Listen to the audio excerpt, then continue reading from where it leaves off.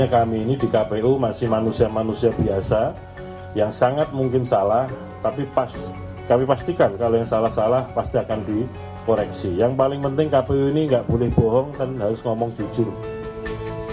KPU mengakui ada perbedaan data antara hasil penghitungan suara di aplikasi Sirekap dengan foto dokumen C Plano hasil yang diunggah di laman infopemilu2024.go.id. Ketua KPU RI, Hasyim Asyari meminta maaf atas ketidaksesuaian data formulir hasil di TPS dengan hasil yang tertulis di Sirekap. Hasyim menyebut kesalahan ini murni sistem komputerisasi. KPU pun akan mengkoreksi tahapan rekapitulasi hasil penghitungan suara di tingkat kecamatan. Kalau tidak ada Sirekap, tentu situasinya gelap. Tidak bisa kita ketahui perolehan suara sesungguhnya berapa yang kemudian ditulis di dalam formulir dan kemudian diunggah ke Sirekap. Bahwa ada kelemahan-kelemahan tentu kami akan segera koreksi dan kami mohon maaf kalau hasil pembacaannya kurang sempurna dan menimbulkan publikasi hitungan maksudnya yang konversi dari formulir ke hitungan belum sesuai. Bawaslu menyebut Sirekap hanya berfungsi sebagai alat bantu. Untuk hasil akhirnya, Bawaslu tetap memegang hasil perhitungan suara manual.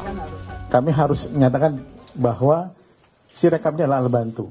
Jadi yang paling kita pegang adalah manualnya nanti. Rekapitulasi manual, bukan Sirekapnya.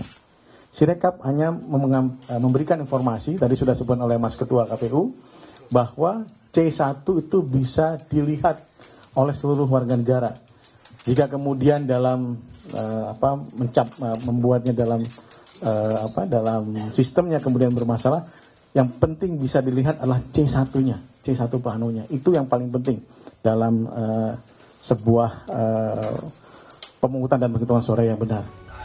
Sebelumnya, sistem informasi rekapitulasi atau Sirekap Komisi Pemilihan Umum dikeluhkan petugas KPPS. Petugas menemukan perbedaan hasil perhitungan suara yang berbeda jauh di aplikasi Sirekap dengan foto dokumen C Plano. Di TPS 026 Kembangan, Jakarta Barat contohnya, petugas KPPS mengungkap perolehan suara Capres nomor urut 2 melonjak drastis dari 80 suara naik signifikan menjadi 720 suara di dalam aplikasi Sirekap. Suara untuk paslon nomor 2 itu 720, sedangkan untuk perhitungannya adalah sebesar 80 suara.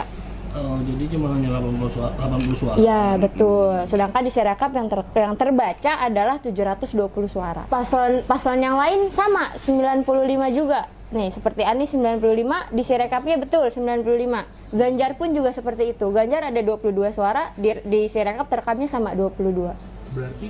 Pemilu 2024 memang sudah usai, namun sayang menyisakan sejumlah persoalan, mulai dari rekomendasi Bawaslu soal pemungutan suara ulang akibat bencana banjir, hingga ketidaksesuaian perolehan suara di TPS dengan data perolehan suara di Sirekap. Tim Liputan, Kompas TV. Ya, saudara, masalah Sirekap juga jadi perhatian publik di media sosial. Lalu apa saja yang mereka soroti, kita akan bahas bersama dengan pendiri Drone Emprit, Ismail Fahmi. Halo, selamat sore Mas Fahmi. Selamat sore Mbak Maido. Oke, Mas Fahmi, ini sempat jadi trending ya di media sosial X atau juga Twitter. Bahkan juga ini ada di posisi trending ke-12 per jam 11 tadi ya. Koreksi deh kalau saya salah. Bahkan hashtag soal Sirekap ini soal ada kesalahan input data, mendapat banyak sekali respons dari warganet. Apa saja responsnya sih yang Drone Emprit lihat, Mas Fahmi? Jadi betul, ini sudah hari ketiga dan Sirekap masih bertengger di trending topic tweet. Itu artinya apa? Ini menjadi perhatian. Jadi perhatian publik, menjadi bahan pertanyaan juga gitu. Dan ada yang menarik kenapa sangat penting ya Sirekap ini, meskipun itu menjadi salah satu alat bantu. Kalau salah, ini kan menimbulkan kebingungan.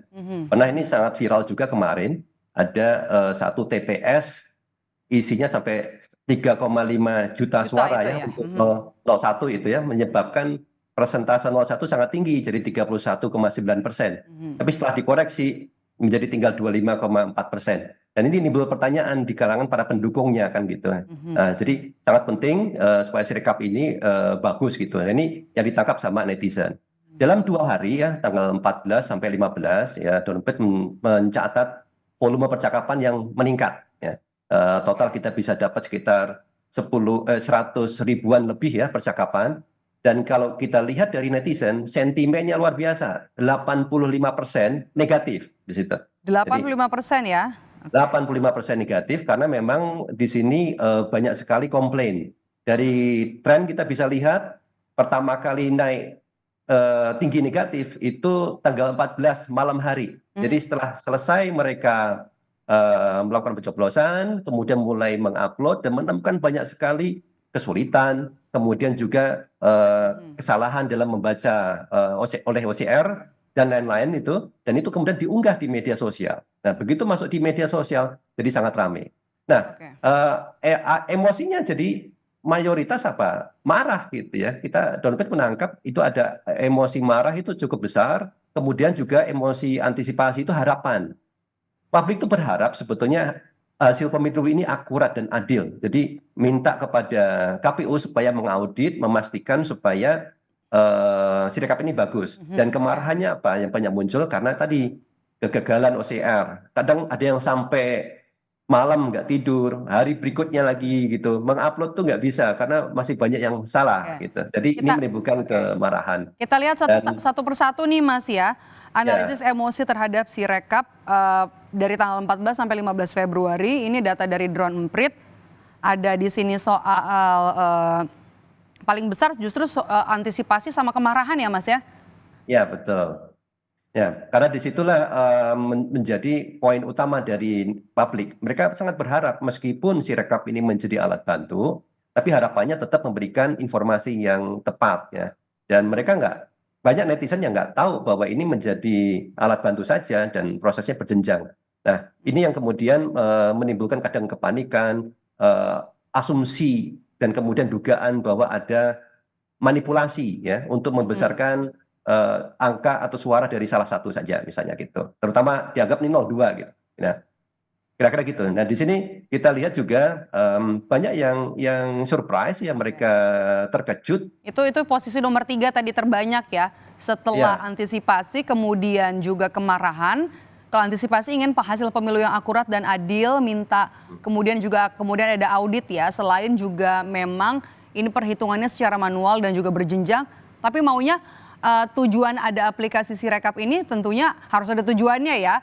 Data yang diinput memang harus sama dengan formulir C Plano yang ada dari masing-masing TPS begitu ya? Ya, betul sekali. Dan makanya mereka yang ketiga ini emosinya terkejut. Kenapa? Kenapa kok jadi hasilnya berbeda?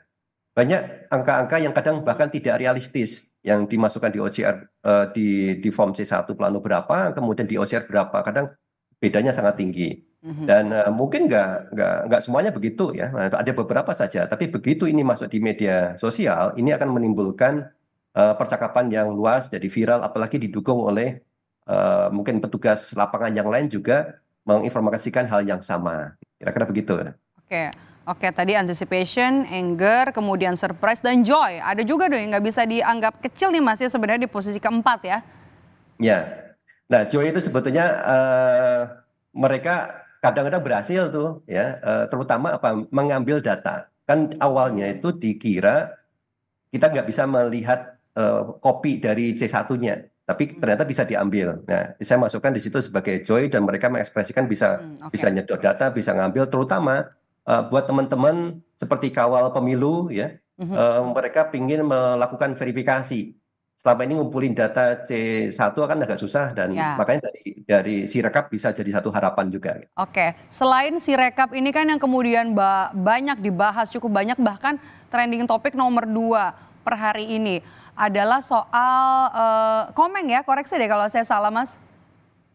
Ya betul, Komeng itu merupakan fenomena, saya kira salah satu fenomena yang menarik. Dan banyak netizen biasanya kan kalau di DPD itu kan nggak kenal siapa partainya apa, nggak tahu. Jadi mereka yang coblos itu adalah yang unik saja, yang ada di kepala mereka. Karena posenya sendiri ya. Betul, pertama posenya udah aneh, unik, berbeda dengan yang lain, makanya langsung orang bisa lihat itu. Dan ternyata namanya adalah, dan wajahnya wajah yang sudah mereka kenal sehari-hari di TV. Daripada nggak tahu yang lain, ya udah coblos saja yang itu.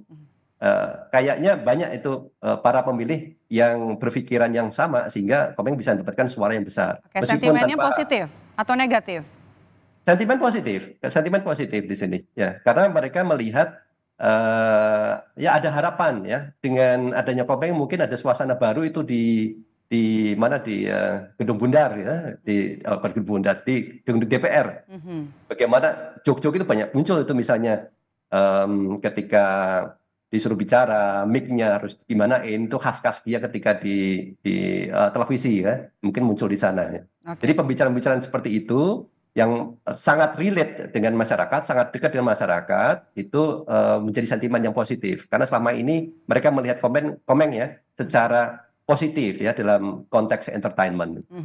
Justru mendapatkan respons yang jauh lebih positif, seorang komedian Komeng yang melaju kemudian menjadi caleg DPD RI, melaju ke Senayan daripada aplikasi Sirekap yang ini masih banyak sekali yang harus diperbaiki agar nanti kita bisa sama-sama mengawal penghitungan suara atau rekapitulasi suara yang nanti akan dikumpulkan atau juga akan diumumkan pada tanggal 20 Maret 2024. Terima kasih pendiri Don Emprit Mas Ismail Fahmi sudah bergabung bersama kami di Rumah Pemilu hari ini. Sehat selalu Mas Fahmi.